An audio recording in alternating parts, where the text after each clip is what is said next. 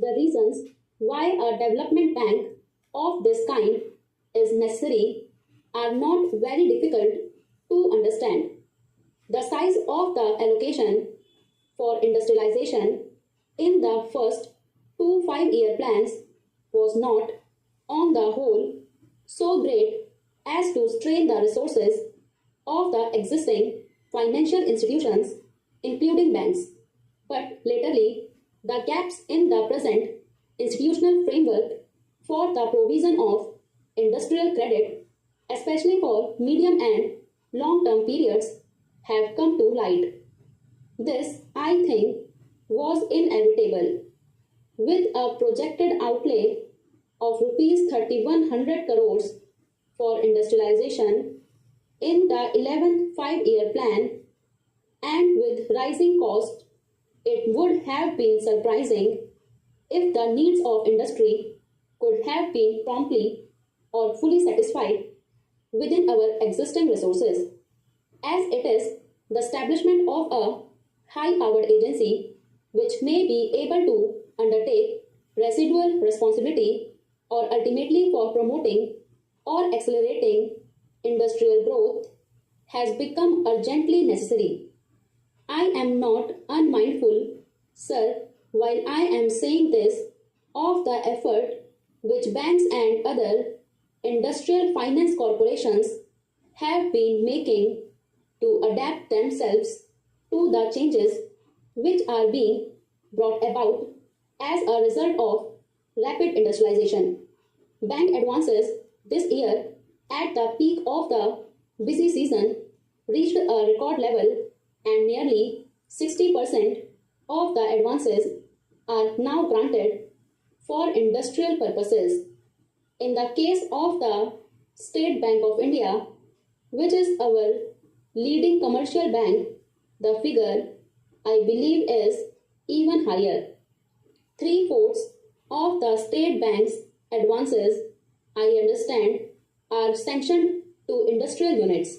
Although there has been this notable change in the outlook of the banking system, and although we have been facilitating this change by providing liquidity or refinance to the banks, they will find it increasingly difficult to provide the additional resources.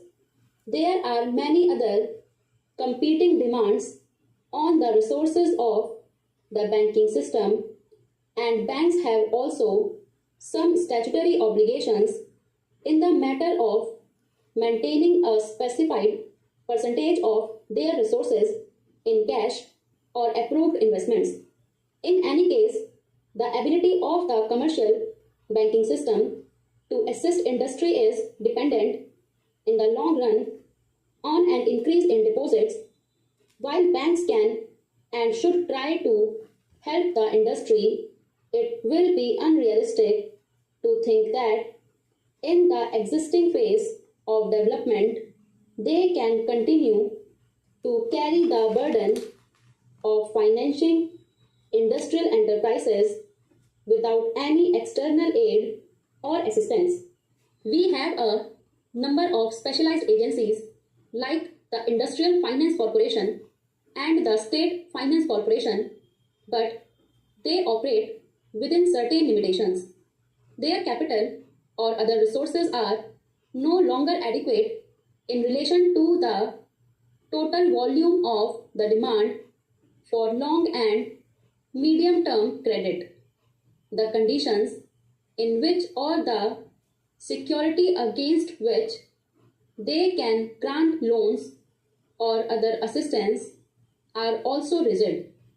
Industrial units which need substantial capital of the order of more than 1 or 2 crores of rupees, or entrepreneurs planning for additions to capital or investment over a period of years, do not in many cases have the assurance that the existing agencies will be able to provide for these needs.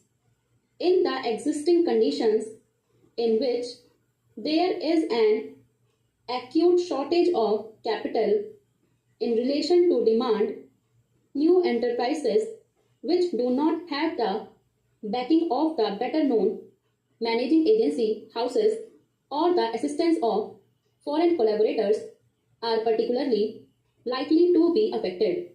These enterprises, although they may be deserving, often tend to be overlooked or passed over in favor of other parties. We are envisaging the Industrial Development Bank as an institution designed to overcome these limitations and to accelerate the process of industrial growth. This new institution will be a wholly owned subsidiary of the Reserve Bank of India. It will be managed by a board consisting of the directors of the Central Board of the Reserve Bank. The bill provides that the Governor of the Reserve Bank will be the chairman of the Industrial Development Bank and that a deputy governor in the Reserve Bank to be specially appointed for this purpose will be the vice chairman. In view of its close association with the central bank of the country, the Industrial Development Bank will be able to draw on the knowledge and experience of that bank and to obtain in its day-to-day operation such guidance and assistance as may be necessary. The Industrial Development Bank, as I have indicated already, will have the residual responsibility of ensuring that no deserving industrial enterprise which gets an allocation or is accorded a priority in our 5-year plans will be allowed to suffer for want of financial resources or assistance. For discharging this very onerous responsibility in an adequate manner, the Industrial Development Bank will have substantial funds of its own in the form of capital subscribed by the Reserve Bank of India. We are expecting the new institution to issue capital to the extent of rupees 100 crores. Like all other institutions, the Industrial Development Bank will be able to borrow money from the Reserve Bank.